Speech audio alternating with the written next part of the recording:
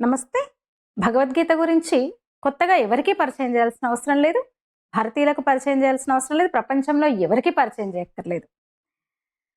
ప్రపంచం అందరికీ తెలిసినది గీత. గీతా సారాన్ని అందిపుచ్చుకున్న వాళ్ళు ఎందరో ఉన్నారు. ప్రపంచంలో అంటే ముఖ్యమైన ప్రముఖ ప్రపంచ భాషలన్నింటిలోకి అనువాదమైన ఏకైక గ్రంథం భగవద్గీత. కురుక్షేత్రంలో నిలబడి కృష్ణుడు చేసిన జ్ఞానబోధ అది అర్జునుడికి. అట్లా ఎందరి జీవితాల్ని అంటే ప్రపంచ ప్రఖ్యాత ఎంతో మంది వాళ్ళందరినీ ప్రభావితం చేసిన గ్రంథం భగవద్గీత. వివేకానందుడు అంటాడు, ఆయన చాలాసార్లు భగవద్గీత చదివాడు, లెక్కలేనన్నిసార్లు భగవద్గీత చదివాడు, చెప్పుకున్నాడు ఆయన. Fall down 100 times but rise 1000 times. That is the teaching of the Gita. పడిపోతావు 100 సార్లు పడిపోతాయి, కానీ 1000 సార్లు లే. అదే గీత బోధ. సింపుల్గా చెప్పాడు వివేకానందుడు. The Bhagavadgita is the greatest book. 1 book is enough to change a man's life అన్నాడు ఆయనే. నేను భగవద్గీత చదివిన ప్రతిసారి నాకు ఏదో ఒకటి కొత్తది బోధపడుతుంది. భగవద్గీత నాకు ప్రతిసారి ఒక కొత్త దాన్ని బోధిస్తుంది. ఎంత చదివినా, ఎన్నిసార్లు చదివినా కొత్తది ఏదో ఒకటి నాకు మళ్ళీ కొత్త అర్థం తెలుస్తూనే ఉంటుంది. Every time I read the Gita, it teaches me something new. Bhagavad Gita చెప్తుంది, భయపడకుండా పోరాడు, కర్తవ్యాన్ని నిర్వర్తించు, ఫలాన్ని ఆశించకు. గొప్ప సందేశం అది. భగవద్గీత ఇచ్చే గొప్ప సందేశం. పోరాడు. భగవద్గీత అంటే భయపడకుండా పోరాడని చెప్తుంది, కర్తవ్యాన్ని నిర్వర్తించమని బోధిస్తుంది, ఫలాన్ని ఆశించకని అర్థం చేయిస్తుంది. అదే గొప్ప సందేశం. Fight without fear, do your duty, expect no reward. అందుకే భగవద్గీత అన్ని మతాలకు, అన్ని దేశాలకు, అన్ని కాలాలకు వర్తించే ఒక సార్వత్రిక సత్యం అన్నారు ఆయన. అంటే universal truth. The Gita is the universal scripture for all ages, all countries, all religious. భయపడ్డాడు అర్జునుడు యుద్ధం చేయడానికి. క్షణాల ముందు అన్ని అస్త్రశస్త్రాలతో సిద్ధమై ఇంకా సమర శంఖం పూరించే ముందు భయపడిపోయాడు. సందేహం వ్యక్తం చేశాడు. డైలమాలో పడ్డాడు, నిలబడ్డాడు. అక్కడ డైలమాలో పడిపోయి అక్కడే నిలబడిపోయాడు. ఆ టైంలో కృష్ణుడు ఉపదేశించాడు, గీతోపదేశం చేశాడు. ఇవాళ మనందరం అర్జునులమే. ఈ జీవితం అనే యుద్ధ భూమిలో నిలబడలేకపోతున్నాం. ఇలాంటి టైంలో అందరికీ కూడా గీత ఒక కొత్త ధైర్యాన్ని ఇస్తుంది. అదే చెప్పండి, పడి 100 సార్లు పడి కానీ 1000 సార్లు లే. 100 సార్లు పడ్డా 1000 సార్లు లేమని చెప్తుంది. ఎన్ని అసలు రకరకాల పదాలు మనం వింటున్నాం. ఏమంటారు, ఒత్తిళ్ళు, మానసిక ఒత్తిడి, శారీరక సమస్యలు, మానసిక రుగ్మతలు, ఎమోషన్స్, ఎన్నో కొత్త కొత్త పేరు నాకు గుర్తొస్తలేవు. కానీ అయితే భగవద్గీత వాటన్నిటికీ పరిష్కారం చూపుతుంది. మన సామాజిక జీవనానికి సంబంధం ఉన్నది, సామాజిక జీవనానికి సమాధానం చెప్తుంది. మన మానసిక శారీరక ధైర్యానికి, స్థైర్యానికి ముడిపడి ఉన్నది, సంబంధం ఉన్నది, సమాధానం చెప్తుంది, పరిష్కారం చెప్తుంది భగవద్గీత. క్షుద్రం హృదయ దౌర్బల్యం త్వక్యోత్తిష్ట పరంతపః. ఏ అర్జున, బలహీనతకు లొంగొద్దు నువ్వు. అది అసలు ఇది నీకు తగింది కాదు. ఈ టైంలో నీ హృదయం నుంచి నీ వీక్నెస్ను పంపించేసాయి, బయటకు పారద్రోలు. ఇప్పుడు నువ్వు శత్రువును సంహరించడానికి సిద్ధపడు, శత్రువుల మీద విజయం సాధించడానికి నువ్వు సిద్ధపడు, లేచి నిలబడు. వివేకానందుడి బోధలు కూడా అట్లాగే ఉంటాయి. అంత ఉత్తేజం కలిగేలా మనకు అర్థమైపోతుంది. వివేకుడి కోట్స్ మనం చదువుతుంటే, ఇది నేను ఎప్పుడు చూస్తుంటాను దీంట్లో. అంటే మనం బలహీన పడుతున్నాము, మనం ఏదో డీలా పడిపోతున్నాం అన్న సందర్భంలో ఒక్కసారి భగవద్గీతను దీన్ని చూస్తే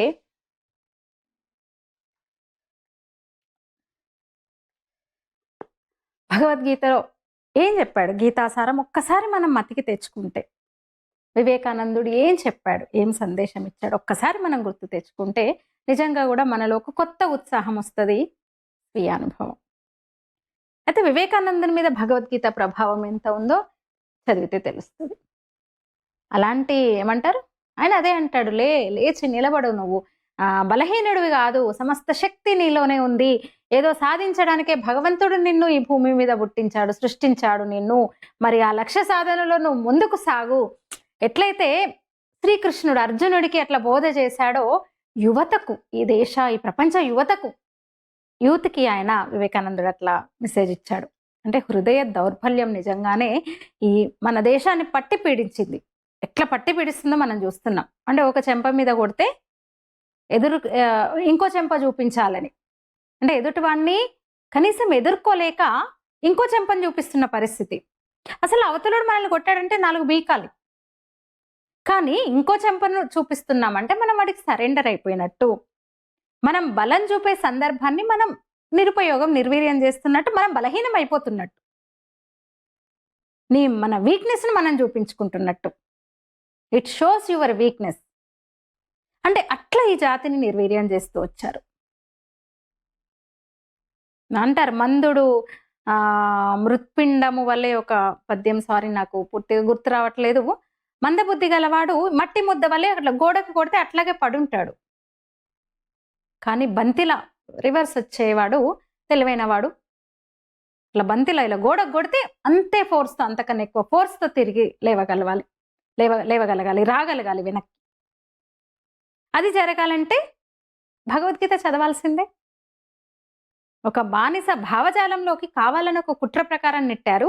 ఒక చెంప చూపిస్తే, ఒక చెంప మీద కొడితే ఇంకో చెంప చూపించాలని మనకు బోధించి మనలో ఉన్న బలాన్ని, మన శక్తిని, మనల్ని నిర్వీర్యం చేశారు పూర్తిగా. ఇప్పుడు మళ్ళీ తిరిగి మనం చైతన్యవంతం అవ్వాలంటే మన ఈ జాతికి, భరత జాతికి భగవద్గీత కావాలి. భగవద్గీత చదివి తీరాల్సిందే. కేవలం చదవడం మాత్రమే కాదు, ఏదో శ్లోకం చదువుకొని శ్లోకాల పోటీలో పంపించి 4-5 శ్లోకాలు చెప్పి వాటి తాత్పర్యాలు చెప్పడం కాకుండా ఆచరించాలి, మనం ఆచరింపజేయాలి.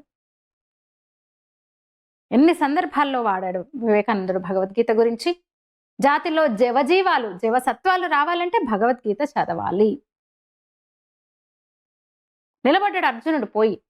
ఎదురుగా చూసిన మొత్తం పెదనాన్న పిల్లలు, మేనమామ కూడా ఉంటాడు దాంట్లో, తాతలు, శకుని మామ, అందరూ మేనమామలు, మామలు, నిన్న మొన్నటి వరకు కలిసి తిరిగినోళ్ళు, పెరిగినోళ్ళు, గారాబం చేసిన తాత, భుజాల మీద ఎక్కిన, ఆడుకున్న, చేసిన, అన్నదమ్ములతో ఆటాడిన, ఏమంటారు గోటి బిళ్ళలు ఆడిన, బాణాలు వేసిన, ఇన్ని ఆటలు ఆడి అలాంటి వాళ్ళతో నేను ఎట్లా యుద్ధం చేయాలని ఏదేదో చెప్పబోతున్నాడు.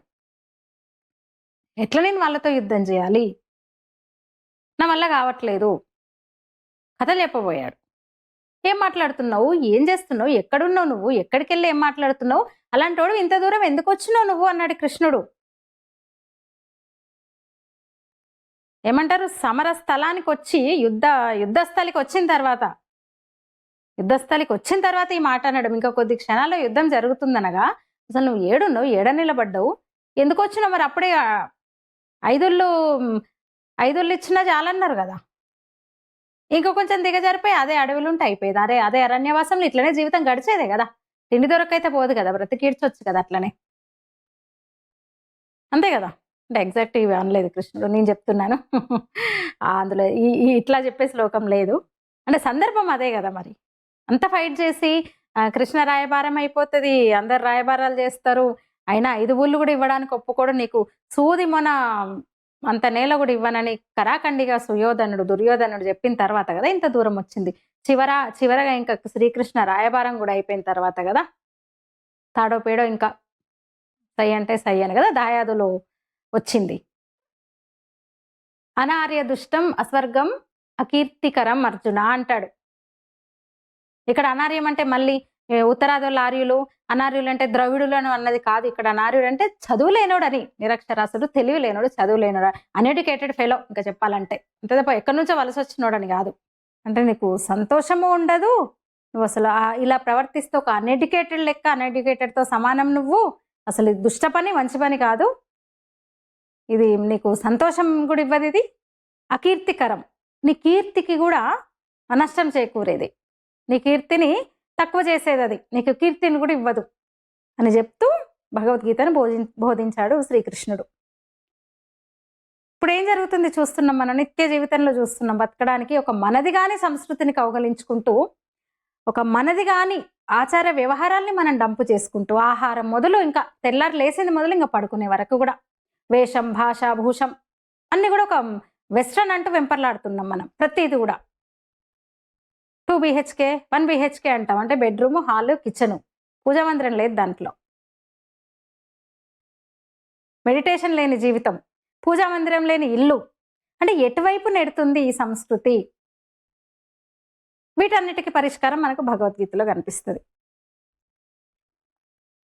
ఒక భోగానికి ఇంకా తిండి, సుఖము, నిద్ర ఇలాంటి వాటికి అలవాటు పడిపోయినాం. అంతే తప్ప జీవితానికి మనం విలువ ఇవ్వట్లేదు. మన జీవిత ప్రాధాన్యం మనకు తెలియట్లేదు అసలు. చిన్న పిల్లలకు గుండెగిపోతుంది, ఆత్మహత్యలు చేసుకుంటున్నారు పిల్లలు.